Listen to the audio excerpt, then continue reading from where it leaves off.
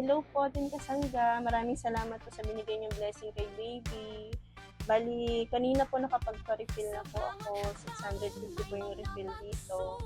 And then, nakabili po ako ng milk at saka ng alcohol. Yung matitira po dito ay ipapang-refill ko po ulit ng oxygen niya. Kaya maraming salamat po sa blessing po na ito. Na tapiling niyo po ang aking warrior para maisama sa live for a cause po sa YouTube. Wag po sana kayong magsasawang tumulong sa mga katulad po namin nangangailangan at saka sa katulad po namin na may warrior po na may bata po na may lifetime po na sakit.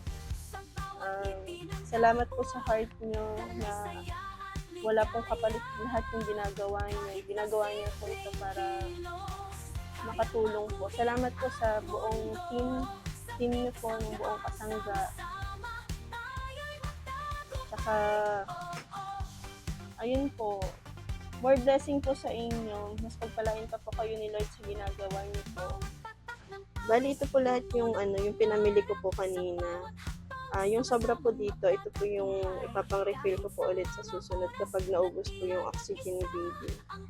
Maraming salamat po ulit sa inyo, Team Kasangga at sa buong team niyo po. God bless po. Hello po, magandang araw. Ito po pala si Tricia Nokis. Isa po siyang post-liver transplant. 3 taon na po ang aming warrior. Maraming salamat po sa Kasangga team at sa benefactors po sa mga nagbigay tulong sa anak ko po. Receive na po namin ng 6,000 pesos po para sa pambili po ng gamot ni Tricia.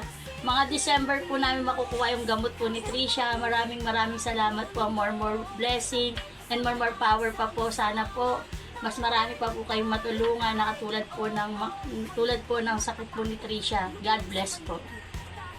Blessed day po. Maraming salamat po Kasangga Foundation sa binigay niyo pong blessing para sa ating warrior na si Zian Inzayon. Maraming salamat po. Sobrang laking tulong po sa kanila ang gatas, diaper, tsaka maintenance po. Sobrang blessed po namin at isa po kami sa nabigyan nyo ng tulong para sa kanilang pangangailangan. God bless po. Maraming salamat po Kasangga Foundation from Zion and Zian Warrior Twins. God bless.